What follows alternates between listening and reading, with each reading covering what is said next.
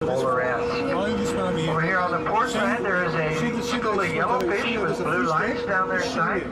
Those are called the Ta'ape or blue-striped snapper.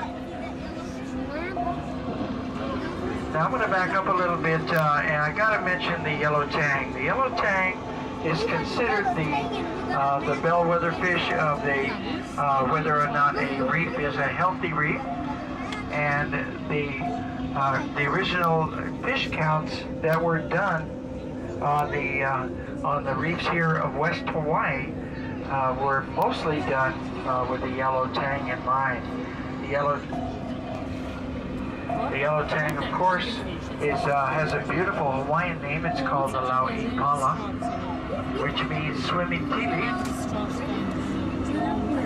And at one time there were so many yellow tang on the reef that the reefs of West Hawaii that you can actually see the yellow tang glittering in the waves in the morning sun, which led to the Kona Coast being referred to as the Gold Coast. Now the reference to Gold Coast is strictly the real estate prices.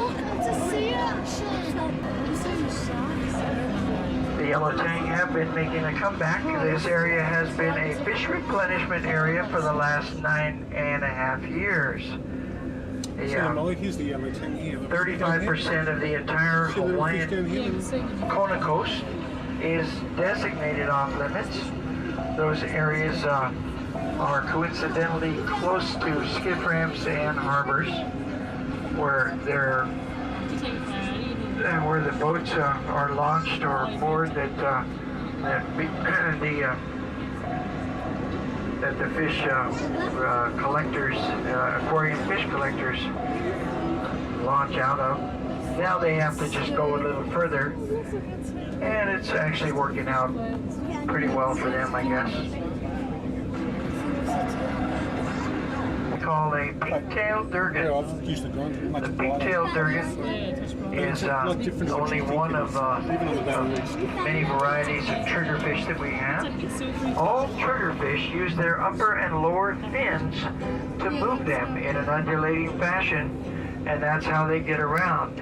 Now their eyes are located so far up on the top of their body that you can see them tilting from side to side as they swim along, and maybe that is what caused the guy that wrote the song about the little grass shack in Kealakekua to refer to the triggerfish. That one was the lagoon or Picasso triggerfish, and that one is called the Humuhumu Nuku Nuku Apua. We don't see any of those guys down here, but the pink-tailed durgan is the Humuhumu Leo Kole, which means nest builder with a flowery butt.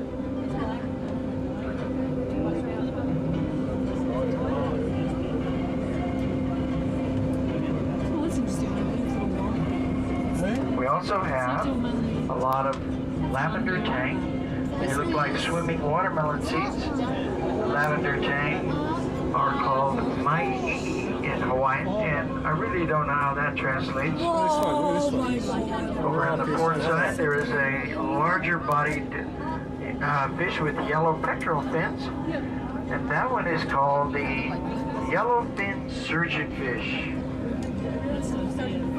Once in a while, the yellowfin surgeonfish are also called crop dusters, and you'll see why if you ever see them release a little dust in front of your viewport.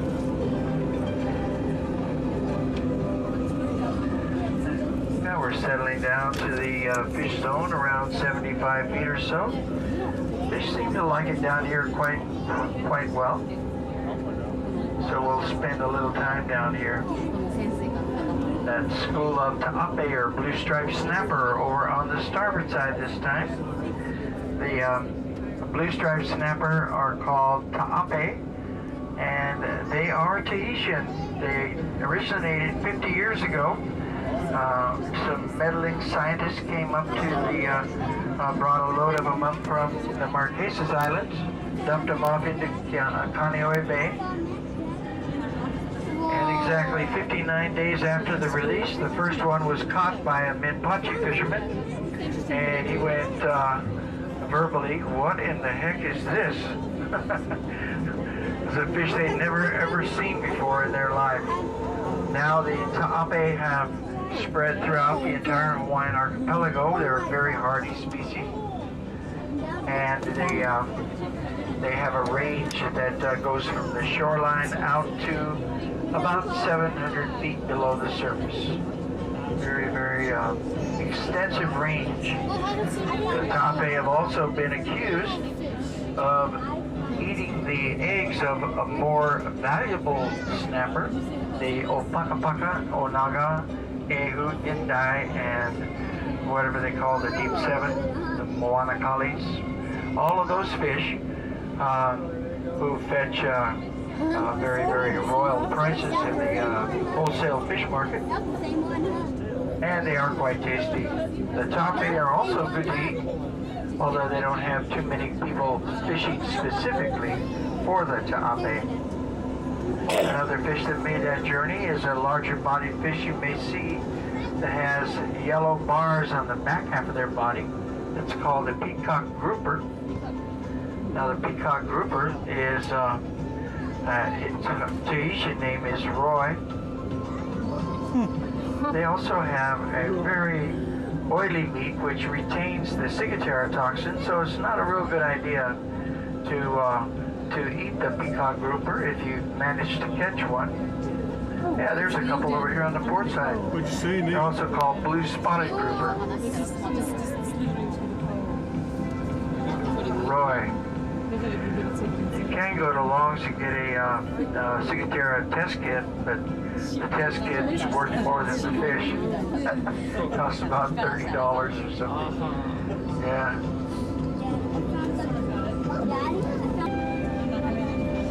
Lots of fish over here on the place we call the Love Shack. The Love Shack, of course, is named that because of the lavender tang. The lavender tang do their spawning down here. The spawning takes place about once or twice a month, usually in the afternoon. And when the lavender tang do their spawning, if any of you have ever seen the surgeonfish spawning in that episode of the Blue Planet series, remember where the manta rays came in and started feeding on all the eggs and whatnot. Well, the same thing happens here. Small groups will get together and release what looks like a puff of smoke in the water, and it can reduce visibility pretty quickly. That's the lavender tang, and that's here in the Love Shack. Over here on the port side is a male bullethead parrotfish. A bullethead parrotfish, or uhu palooka. The parrotfish is a very, very important fish in the Hawaiian reef system, or indeed any reef system, because they produce about 3/4 or more of all of the sand that we have on our beaches, okay? The parrotfish are very unique because their two front teeth are fused together, and they can break off, snap off, bite off chunks of coral. When they get those chunks of coral in their mouth, they have plates in the back of their throat that grind them up into a powdery consistency. When they swallow, they digest all of the coral polyps and the algae, but the calcium carbonate shell itself just passes on out their rear end as white sand. Now, this is a healthy reef. If you see any bleached coral is dead coral. I know there are places in the world where there has been some disturbing coral bleaching because the water temperature has risen to the point where the coral polyp animals are too hot and they will expel the algae, and that That pretty much is the end of that reef for that particular period of time. Coral bleaching.